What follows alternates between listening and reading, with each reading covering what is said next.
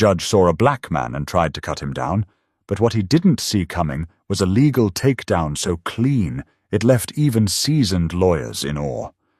The courthouse in Ashford, Georgia, didn't look like much from the outside, just a low brick building with sun-faded columns and a cracked marble seal above the doors. Inside, though, it was something else entirely. It hummed with quiet rules no one had written down, but everyone seemed to know. You could feel when you weren't expected. Keon Radner stepped through those doors at 8:41 a.m. Sharp, briefcase in one hand, suit pressed to perfection. He didn't wear arrogance. He wore something more dangerous in a place like this. Calm. His tie was black. His shoes shined. And still, the deputy at the security checkpoint gave him a slow up and down before asking, "You here for a case?" "Yes," Keon answered. "I'm representing Orion Radner." The deputy blinked. "You the public defender?" "I'm private counsel." The man didn't reply. He just waved him through like someone letting traffic pass. Mechanical, dismissive, routine. The waiting area outside Courtroom B was half full.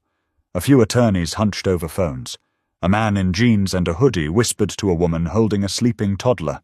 A clerk behind the counter called names like they were pulling numbers at a deli. Inside Courtroom B, the mood shifted. It always did when the judge entered. Judge Merrick Denslow was already seated when Keon walked in. White hair, heavy brow, a jaw like a clenched fist. He didn't look up when Keon approached the defense table. He just murmured something to the bailiff, who looked over, nodded once, then returned to his post. Keon glanced across the room. There was Orion, head slightly bowed, wearing a county-issued shirt that didn't fit, wrists cuffed in front. Their eyes met. Orion didn't smile. He just exhaled, almost like he'd been holding his breath until that exact moment. Keon leaned over and whispered, "You good?" Orion nodded once. "Been worse."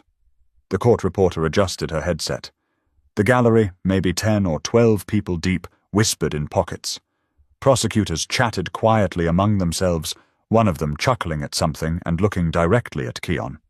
"Court is now in session," the bailiff announced. "The Honorable Judge Merrick Denslow presiding." Keon stood, buttoning his jacket. He was barely halfway through stating his name when Denslow interrupted. "Spell it," the judge said flatly. "I'm sorry?" "Your name. Spell it. Don't make me guess." Keon kept his voice level. Keon. Last name Radnor. Counsel for the defense. Denslow stared at him for a beat. "Mercer Law, is it?" "Yes, Your Honor." "Interesting." The word came out like it had dirt in its mouth. Keon said nothing. He sat. The prosecutor, a younger man with sandy hair and a confidence that bordered on smug, leaned forward. "Morning, Your Honor," he said. "This is case number 2-281C. The defendant, Mr. Orion Radner, is charged with obstruction of an officer, disorderly conduct, and resisting arrest." Keon folded his hands calmly. "Your Honor, we move to dismiss all charges on grounds of unlawful detention and use of excessive force during the initial stop. I've submitted relevant dashcam footage and documentation in advance." Denslow raised an eyebrow. "You mean this packet? All 100-and-something pages? You expect this court to comb through that before hearing arguments?" "I expect this court to review documented evidence before ruling," Keon replied, tone steady. Someone in the gallery coughed to cover a laugh. Denslow's eyes flicked to the room, then back to Keon. "Son," he said, "let me give you a little advice. I'm not your son, Your Honor." Keon said, cutting in, but still polite. The room froze. You could hear someone shift in their chair near the back. For a moment, Denslow didn't speak. Then he leaned back slowly in his chair, tapping his fingers on the bench. "Let's proceed," he muttered. Keon turned toward the prosecution, already flipping open his file. But Keon isn't here to explain who he is. He's here to defend someone who means everything to him. Orion Radner sat stiff in his chair, hands folded, as if any movement might be mistaken for defiance. The way he carried himself said a lot. This wasn't his first time being misunderstood. But this time was different. This time, his brother was standing up for him. Keon didn't need to look at his notes to remember how it all began. 2 weeks ago, Orion had been driving home from his late shift at a packaging facility just outside of Cordele. A busted tail light. That's what the officer said. But the dashcam would later show something different. No flashing light, no weaving, no probable cause. Just a black man alone on a quiet road at 11:17 p.m. The moment the blue lights came on, Orion pulled over. No argument, no delay. He kept both hands on the wheel. Still, within 5 minutes he was face down in the gravel, handcuffed, knees in his back, an officer shouting over his radio like he'd just caught a fugitive. They said Orion resisted. The bruises on his wrist told another story. So did the camera. Keon had gone quiet when he saw the footage. Not out of shock, but because he knew what would come next. He knew how the reports would read, how the charges would pile up, how the burden would shift to the one who'd been dragged out of his car without cause. And most of all, he knew that Orion wouldn't say a word to defend himself. Not in that courtroom, because Orion wasn't built like Keon. He didn't speak their language. He'd never had to. Until now. Keon cleared his throat and addressed the court. Your Honor, I'd like to begin by establishing context. You mean emotion? Denslow interrupted. Because context doesn't change the charges. Keon didn't flinch. Context provides the full picture. That's not emotion. It's fact. The judge said nothing. He continued. My client was detained under suspicion of resisting arrest. But arrest wasn't lawful to begin with. There was no reasonable cause, no traffic violation, no weapon, no threat. The prosecutor rolled his pen between his fingers. Is this a closing argument, or do you have something to submit? Keon turned to the screen beside the bench and tapped the remote. Exhibit B, he said. Dashcam footage, 11:17 p.m. Route 229. The lights dimmed slightly as the footage rolled. Everyone in the courtroom shifted their eyes to the screen. A black car pulled to the shoulder. Headlights dimmed. Then, sirens, shouts, and within seconds, a blur of movement as Orion was pulled from the car. Keon paused the clip. Note the time on the body cam, he said. No verbal explanation of the stop was given, no Miranda rights were read. Denslow adjusted his glasses. And what's your point, Counselor? That my brother, Keon replied, never stood a chance to comply. Because no one gave him the option. He let the silence sit there. Not too long. Just enough to let it land. A few heads in the gallery tilted. The court reporter blinked, looking down quickly. The bailiff shifted his weight from one leg to the other. Orion didn't look up. He didn't need to. He was listening the way only family does, where every word was more than just words. It was armor. Keon knew his brother wasn't perfect. He knew Orion had a temper sometimes, and that he rarely trusted systems. But none of that mattered right now, because tonight Orion had followed every rule. He kept his voice down. He didn't argue. He even turned the dome light on, just like Keon had told him to, years ago, during one of those long drives home when they'd talk about how to stay safe, not as men, but as targets. Keon looked at the judge. Your Honor, this isn't about attitude. It's about the law. Denslow gave a half shrug. We'll see. Keon sat down slowly, resting his palms flat on the table. But trust isn't enough in this courtroom. Respect has to be earned, and sometimes fought for. Keon knew from the moment he opened his mouth again that Judge Denslow wasn't going to make this easy. He could feel it before the words even came out. And sure enough, the judge didn't disappoint. We've all seen the footage, Denslow said flatly. What I'd like to understand is why a man who had nothing to hide didn't immediately comply with the officer's commands. Keon stood up. Your Honor, he did comply. That's a matter of interpretation. With respect, Your Honor, the law doesn't work off interpretation. It works off evidence. There it was. The shift. Denslow's jaw ticked slightly, the first crack in his mask. He leaned forward, steepling his fingers. Son, I've been on this bench longer than you've been practicing law. Let me remind you how this process works. Keon didn't even blink. "You can remind me all you want, Your Honor, but the Constitution hasn't changed in the last 10 years. The prosecutor raised his eyebrows. That was the moment things turned from irritating to threatening. Denslow didn't yell. He didn't need to. His voice dropped low, and that made it worse. "Are you accusing this court of bias, Mr. Radnor?" "I'm pointing out that bias has already entered the room. I'm just not pretending it hasn't." Gasps. Actual gasps from the gallery. A woman near the back whispered something to her husband. Even Orion shifted slightly, not in fear, but disbelief. This was his older brother, the one who didn't raise his voice, didn't get rattled. The one who always said, "Keep calm, don't let them control the room." But here he was, pushing back. Not disrespectfully, not loudly, but directly. Denslow took off his glasses. "You want to lecture this court on law, Mr. Radnor?" Keon kept his hands on the table. "No, Your Honor. I want the law to be applied equally. That's all." He waited. Denslow didn't say anything right away. He leaned back in his chair, squinting like he was trying to decide whether this was still his courtroom. The prosecutor cleared his throat. "If we may, Your Honor, I'd like to redirect to the physical evidence." "Not yet," Keon interrupted. "We're not done with Exhibit B." He tapped the remote again, and the dashcam footage resumed. This time, the video showed the officer reaching through Orion's window, unlocking the door himself, and pulling it open. Orion's hands were still on the steering wheel. "Pause it here," Keon said. "At this exact moment, Orion Radnor has not been told why he was pulled over, nor has he been asked to step out. He's pulled." Denslow shifted in his chair. "You're making a lot of assumptions." "No assumptions, Your Honor. Just footage. Your court clerk has the timestamp data, the arresting officer's report, and the transcript of the radio call.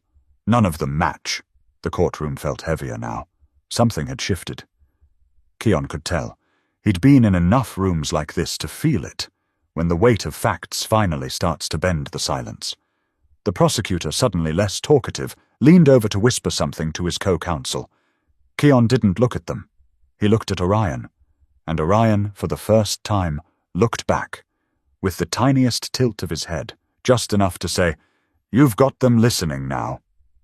Keon turned back to the judge. "We can argue interpretation all day, Your Honor, but what we can't do is ignore conflicting statements and footage. That's not justice. That's theater." Denslow opened his mouth, then closed it. No gavel, no outburst. Just a flicker in the eyes. Frustration, or maybe something deeper. Embarrassment. Keon sat down. But it's when Keon questions the timeline of the arrest that the courtroom's attention shifts. Judge Denslow adjusted his chair, slow and deliberate, as if the wheels beneath him were the only things he could still control. The courtroom had gone quiet, not because Keon raised his voice. He hadn't. It was the kind of silence that arrives when truth steps in wearing calm shoes. The screen showed the dashcam's timestamp again. 11:17:08 p.m. That was when Orion's car came to a full stop. Another clip from the officer's bodycam started at 11:17:55 p.m., with the officer already reaching into the car. Nearly 50 seconds unaccounted for in the report. Keon let that silence breathe. "Let's revisit the officer's sworn affidavit," Keon said, walking toward the monitor. "He claims Mr. Radnor delayed, refused to exit the vehicle, and raised his voice before any force was used." He held up the paper, then pointed to the paused frame on the screen. "But here we see the officer opening the door himself. My client's hands are clearly visible. He hasn't moved. He hasn't spoken. He didn't have time." The prosecutor didn't respond. "Not yet." Keon turned toward the judge. "Your Honor, the missing time between dashcam and bodycam footage is critical. That window is where force was initiated. The court cannot ignore that discrepancy." "You're asking us to believe that a trained officer fabricated an entire interaction?" "No," Keon replied. "I'm asking the court to believe the footage, because it doesn't lie." Denslow looked down, flipping slowly through the case file. But something had shifted. He wasn't controlling the room anymore. Keon was. Not by shouting, not with theatrics, but by putting holes in a story that wasn't supposed to be questioned. The prosecutor finally spoke. "Counsel is cherry-picking timestamps." "Then explain them," Keon shot back. "Explain the 47 seconds that aren't in your officer's report." The prosecutor said nothing. He turned to shuffle some papers, but it looked more like stalling than strategy. A man in the gallery coughed, an older man in a tan jacket, seated alone. His posture was straighter than most, and his eyes hadn't left Keon since the second clip began. He didn't whisper, didn't flinch, just watched. Keon had no idea who he was. Denslow exhaled sharply. "Counselor, if there's something else, something substantive, you better bring it now." Keon didn't blink. "There is." He reached into his briefcase and pulled out a slim folder marked People v. Delacroix, 2016. "An appellate decision from the 11th Circuit," he said. "This court ruled that a warrantless traffic stop, with no visible violation and no verbal explanation before detainment, constituted unlawful seizure. The circumstances, as you'll read, are nearly identical to this case." He handed copies to the judge and opposing counsel. Denslow took the paper, read the heading, then tapped the edge of the folder against the bench. He didn't speak. His face didn't move. But the gesture, the way he held the folder just slightly tighter, said more than he intended. Keon let the moment settle. "The precedent is clear," he said. "What happened to my brother that night wasn't confusion. It wasn't poor training. It was illegal." He didn't look for reactions. He didn't need to. His job wasn't to entertain the room, it was to shift its gravity. Across the courtroom, Orion had stopped fidgeting. He sat still, hands folded again, only now it didn't look like fear. It looked like something else, like he was finally being seen. The prosecutor leaned into the mic. "Your Honor, we request a short recess to review the cited case." Denslow hesitated. His grip on the folder loosened. "Granted," he muttered. The bailiff called for a recess. Everyone stood. Keon didn't move. He just watched as Denslow stepped down from the bench and walked out of the courtroom, the folder still in his hand. But Keon's not finished, because hidden in an old appellate case lies the key to it all. 15 minutes. That's how long the courtroom stayed empty. Long enough for whispers to grow into conversations. Long enough for the man in the tan jacket to move a little closer to the front. Long enough for Orion to quietly ask his brother, "You think it's enough?" Keon didn't look away from the bench when he answered. "It's not about what I think. It's about what they can't ignore anymore." The doors opened. Judge Denslow returned with a slower stride. No robe rustling, no stern stare, just tired eyes and a closed mouth. He took his seat without a word. Keon stood before he was asked. He'd already printed out 2 additional cases, related precedent from other districts, not as flashy, but reinforcing the same legal foundation.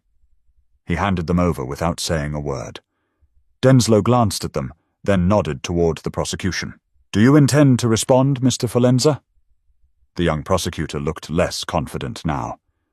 "We don't dispute the presence of conflicting timestamps, but we believe the officer acted in good faith under the assumption that he was ensuring safety." Keon's voice came low and clean. "Acting in good faith doesn't erase a violation, Your Honor. It just makes it harder to admit." Denslow tapped a pencil against the desk. Once, twice.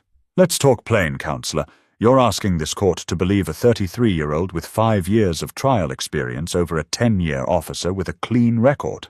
I'm asking this court to believe what it sees with its own eyes," Keon replied, "because the officer's story doesn't match the footage. And the law, your law, says that matters." He stepped forward, but not too close, just enough to make it personal. "Look, Your Honor, I know how this looks. A brother defending his brother. I get it. But I'm not here because we're family. I'm here because the state overstepped, and because my brother didn't have the power to push back on his own." He paused just a second. Enough to let the words land. That night, Orion didn't resist. He didn't shout. He didn't make threats. He got pulled from his car, cuffed on gravel, and called a suspect before a single question was asked. If we excuse that, we're not just bending the law, we're gutting it. Denslow looked away. not down. Just away. The courtroom stayed still. The man in the tan jacket adjusted his cufflinks, but never took his eyes off Keon. Denslow cleared his throat. "I've reviewed the Delacroix ruling and the material provided." For a moment, you could hear the fan whirring behind the judge's bench. He continued, "The evidence does show inconsistencies between the dashcam footage, bodycam footage, and officer report. The court finds sufficient cause to question the legality of the initial stop." The gallery didn't move. "In light of these findings," Denslow said, eyes fixed on the papers in front of him, "the charges against Orion Radner are dismissed. Case closed." He didn't bang a gavel. He didn't look at Keon. He simply stood and walked out through the side door like he couldn't get out fast enough. Keon didn't smile. He didn't look at the gallery. He simply turned to his brother and placed a hand on his shoulder. "Let's go." Orion stood slowly, rubbing his wrists where the cuffs had left faint bruises. "You really pulled that off," he murmured. "No," Keon replied. They just couldn't deny it anymore. They gathered their things in silence. As they walked down the aisle, the man in the tan jacket rose from his seat. "Mr. Radner," he said. Keon paused, turned. "I sat on the bench in this county for 16 years, the man said quietly. "What you did today, very few could have done it without losing control. Don't lose that. Ever." Keon gave a single nod of acknowledgement. No smile, no thank you. Just mutual understanding. They left through the same door they came in. No applause, no grand exit. But as court resumes, the real twist isn't in the ruling. It's in what comes afterward. The hallway outside the courtroom felt colder than it had earlier. Maybe it was the AC. Maybe it was the adrenaline wearing off. Keon walked ahead of Orion, still holding his briefcase like the fight wasn't over. In some ways, it never really was. They passed people without looking back. No one stopped them. No congratulations, no eye contact, just quiet footsteps and the distant echo of someone laughing down the hall, probably about something that had nothing to do with them. Orion was the first to speak. "So, that's it?" Keon kept walking. "That's what justice looks like when it's quiet. You didn't have to do all that," Orion muttered. Keon stopped. Turned. "Yes, I did." They stared at each other for a second. No anger, no tears. Just the weight of two lives constantly shaped by who the world thinks they are, and who they know they are. Keon let out a slow breath. "You think if I wasn't your brother, they would have listened?" Orion cracked a tired smile. "They barely listened with you." They both laughed. Just once. Low and dry. But it was real. Outside, the Georgia sun hit hard. Keon squinted as they reached his car. He unlocked it and opened the door for Orion like they were going to prom instead of just surviving another legal circus. They didn't talk much on the drive back to Macon. A few jokes about the judge's haircut, a comment about the bailiff who kept sucking on mints, and then long stretches of silence. But it wasn't heavy. It was worn in, like silence between people who've shared too many stories to repeat them. Back at Keon's apartment, Orion slumped on the couch and kicked his shoes off. Keon poured himself a glass of water, then another for his brother. "You're not going to post about it?" Orion asked. Keon shook his head. "Why?" "I don't know. Feels like people should know." "People saw." Keon wasn't exaggerating. The hearing had been open to the public. Word spread fast in towns like Ashford, especially when something didn't go according to the script. Someone in the gallery had already uploaded a snippet of the courtroom exchange to a local message board. By the next day, it would hit legal Twitter. By the weekend, it'd be passed around in Facebook groups for law students across Georgia. But that wasn't why Keon did it. It never was. The next morning, he opened his inbox to find a message from the county clerk. The subject line read, "Letter regarding yesterday's hearing." Keon clicked it. Attached was a scanned letter with neat, narrow handwriting. At the top, Charles W. Benton, retired circuit judge, Dooley County. He remembered the man in the tan jacket. He read every line of the letter 3 times, though he could have recited it after the first. It said, "Mr. Radner, I watched yesterday's hearing with great interest. What you demonstrated was not only legal clarity and attention to precedent, but restraint. Restraint in the face of condescension, silence in place of ego, and grace under pressure. You exposed bias without aggression and corrected power without raising your voice. That kind of discipline can't be taught.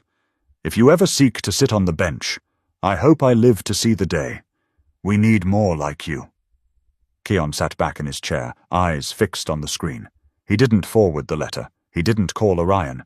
He didn't even mention it to the other attorneys at his firm. He just saved it. Twice. But a few days later, Keon learns just how far that moment traveled. By the time Friday came around, the clip from the hearing had made its way to a few corners of the internet. A grainy 2-minute phone recording from someone seated near the back. It wasn't polished. You could barely hear Keon's voice over the court's static speakers. But people were listening. Not because it looked good, but because it felt real. Law students at Mercer passed it around in group chats. A criminal defense forum on Reddit pinned it to the top of their thread. Even a few practicing attorneys reposted it on LinkedIn, calling it a quiet masterclass in courtroom discipline. Keon didn't comment on any of it. He didn't reply to messages.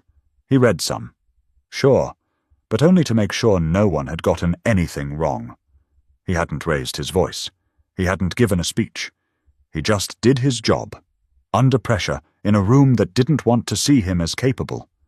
That was the real victory. Not the dismissal, not the letter, not the views. The win was that they had to listen, because he'd given them no reason not to.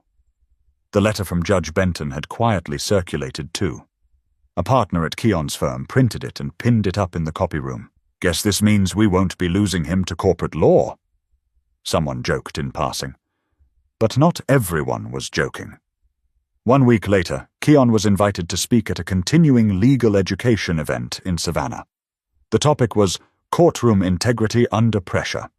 He almost said no, until he realized the lineup had 7 speakers.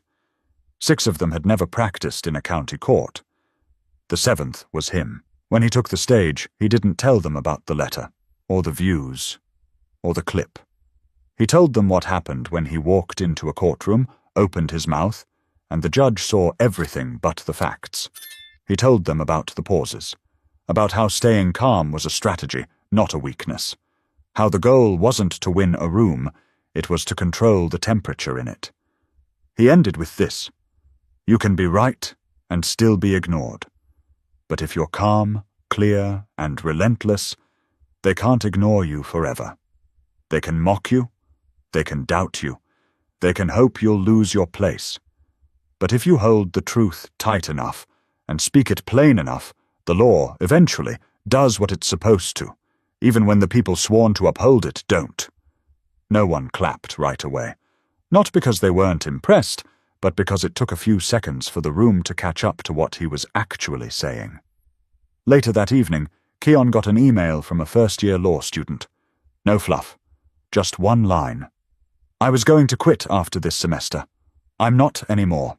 Thanks. He didn't respond to that one either.